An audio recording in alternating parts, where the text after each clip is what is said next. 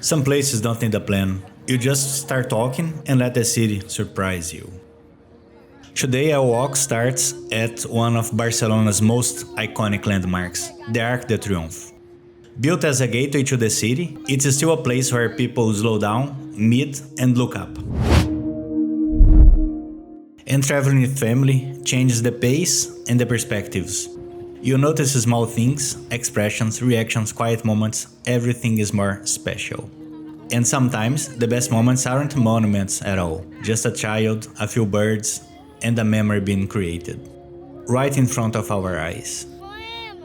And just a few steps away, the city opens into green space at Parc de Ciutadella, a place to breathe, walk, and slow the day down.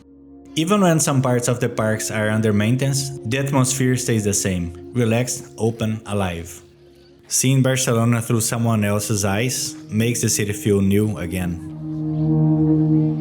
And this is the magic of this place. You come for a walk and you end up discovering a new world.